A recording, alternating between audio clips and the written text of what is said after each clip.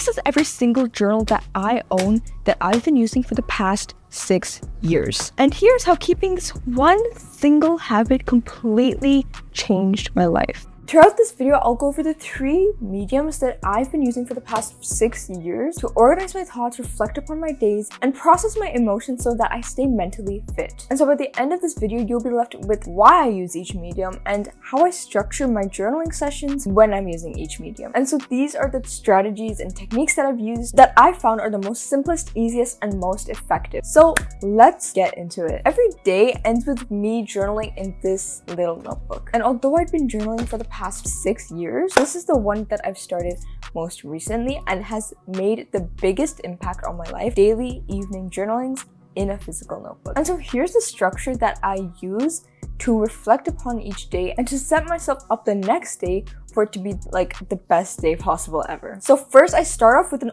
basic overview of the day. What happened? What worked well? What didn't work well? How did I overall feel throughout the day? Is there any major event that is affecting me at night when I'm trying to go to sleep? The next thing I write about is any pressing thoughts that are just stuck up in my mind throughout the day, or even that have just come up recently in night, like some random thing 5 years ago. This is a section where I like to write all of them so that I let go of all of these thoughts before I go to sleep. And then to end off my journaling sessions, I write down the one thing that drained my energy, one thing that gave me energy, the thing I need to do to get 1% better tomorrow, and what my focus and mission is for tomorrow. And I find by writing everything out, I'm much more likely to hold myself accountable to completing those tasks the next day. It also helps me feel that I'm actually moving forward in my life, that I'm actually growing instead of just staying stagnant. Because I found that sometimes if I don't journal for a while, or even if I don't even write down what my mission and what my goals are for the next day, then I feel like I've just been stuck in my whole life and like nothing's been moving on, and I've just been living the same exact day every single day. And then to finally touch off my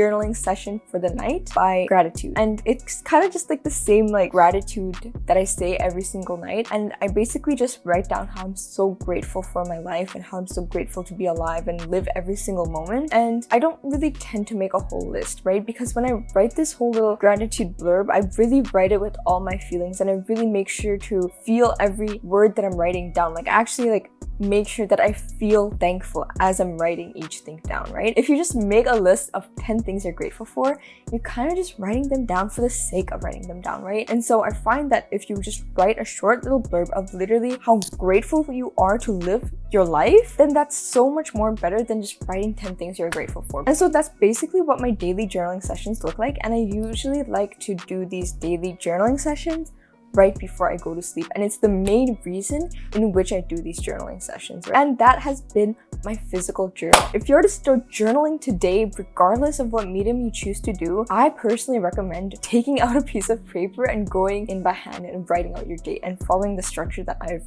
given to you today so that you can process your day, go to sleep well, and set yourself up for the best day ever. This is my digital journal. And this is the big boy Google document that I started back in 2018, back when I was just a little teenager. And it has now amassed over 100 pages in length. It only first started off as a way for me to like keep note of what I was learning through the YouTube videos I was watching, and if I had any cool ideas that I wanted to write down. And that was the main purpose of why I created this document. So over time, as I grew older, I kept coming back to this document because I started facing more stress, more situations, more events, and more things I needed to process. So eventually, after some time, after like 2 or 3 years, this whole document just became my journal. And so now this Google Doc serves 4 main purposes in my life. So the first thing is mainly for monthly reflections, goal setting, prompts, and like the formal side of journaling. The second thing is brained up everything that is in my mind, right?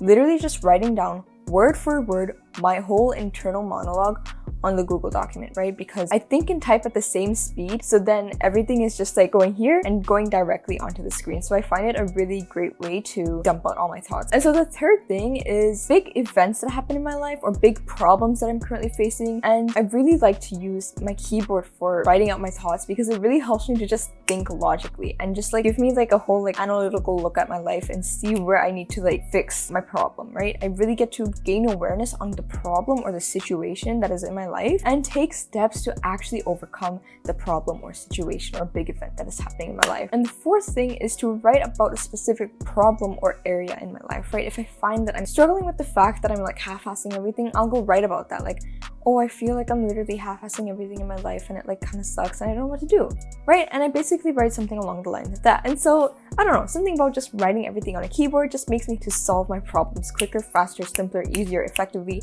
and logically. And so I don't usually write in the Google document every single day, right? Because I'm writing in my physical journal every single day. So I usually write around 2 to 3 times a month in my digital journal, including the monthly reflection. Just big reflections that I need to make, they're gonna happen in the Google document because Control F exists, bro. Like if you try to like go back to your physical journals and try to find something that you wrote like 10 years ago, like it's gonna be so hard to find, right? What I really like about the digital journal is that I can just like offload my thoughts. I don't need to make it look pretty. I just like brain dump everything that is like stressing me out, and as a result of that, I sleep better, I goal set better, I think logically, I solve problems logically, and everything works out so much better. The third and last medium that I like to use to journal and process my thoughts and process my emotions is through voice diaries. So we all love our FaceTime calls with our friends, and it's really great when you get to vent everything out to your friends, right? Sometimes there are things you don't really want to share to your friends, and sometimes the things that you do share might just feel like a burden to them, and it also might not be affecting them in a very good way, right? Doing a voice journal really allows you to like speak all your thoughts and just keep everything private all at the same time. And so this is a place where I literally just let out any gross emotion that I've been feeling, right? Just communicate things to myself in a way that I can't really type. And just the way that you say things that is not really communicated well through text. When I'm doing my Google Doc,